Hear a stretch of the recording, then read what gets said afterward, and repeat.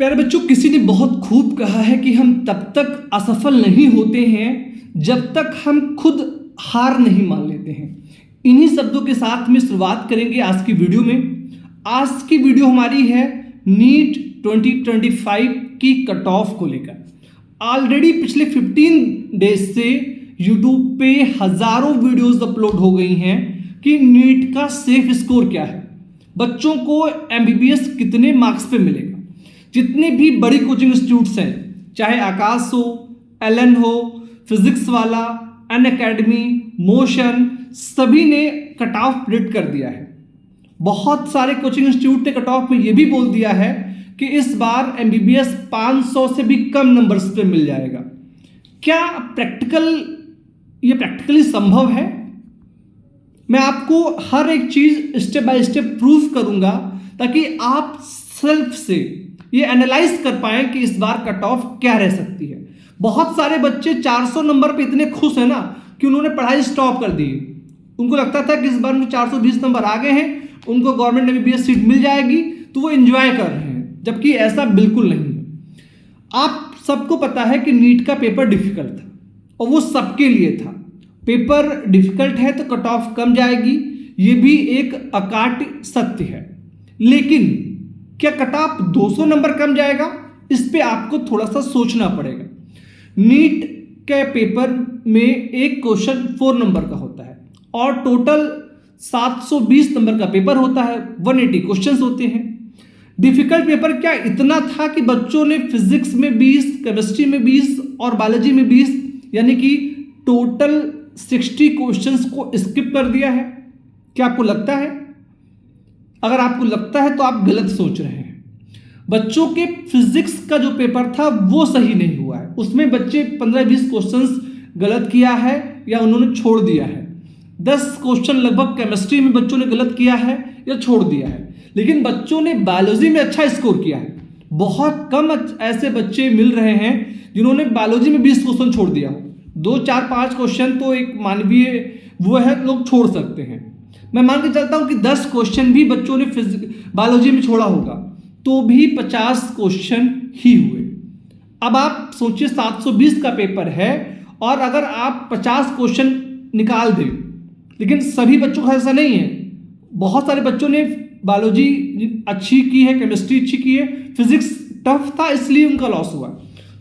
मैं मान के चलता हूं कि ऑन एन एवरेज अगर 50 क्वेश्चन भी आप हटा देते हैं 180 में से, तो आपको 130 क्वेश्चंस मिलते हैं, यानी कि 520 समथिंग नंबर्स तब भी बच्चों के लिए जा रहा है।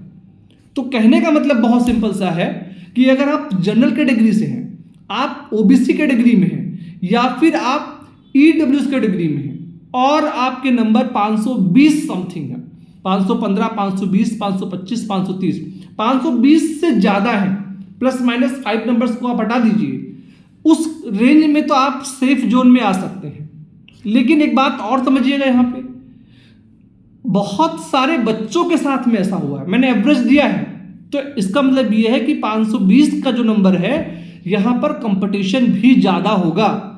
ऑन एन एवरेज सबसे अधिक बच्चे इसी रेंज में हैं जो 500 से 20 के लेकर 525 के बीच में है।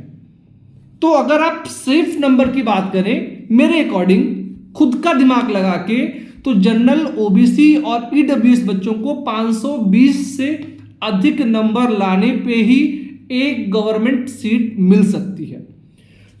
एससी, एसटी, फिजिकल हैंडीकैप्ड जो कैटेगरी के बच्चे हैं, इनको 420, 430 तक एमबीबीएस मिल सकती है। एससी के बच्चों को 430, 40 का मान के चलिए सेफ स्कोर। एसटी को 20 नंबर और कम कर दीजिए।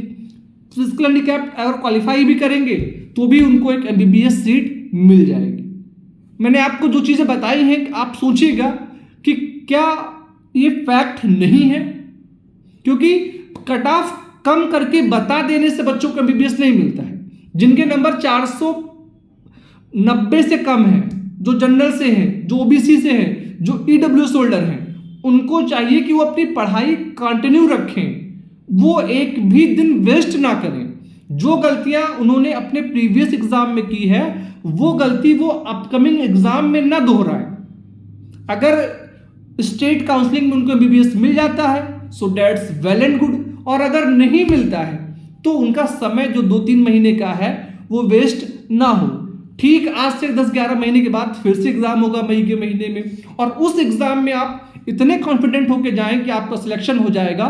इसलिए आज से ही स्टार्ट कर दीजिए।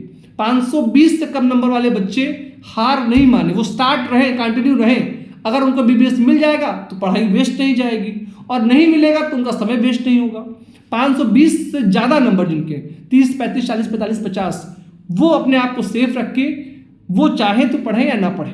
बाकी अभी फाइनल कट ऑफ का वेट करिए रिजल्ट आने तक। रिजल्ट में जो आपकी रैंक है वो ये डिसाइड करेगी कि आपको गवर्नमेंट एमबीबीएस सीट मिलेगी या नहीं मिलेगी। नंबर्स का एक संभावित ये कट ऑफ है कि 520-25 तक सेफ रह सकता है।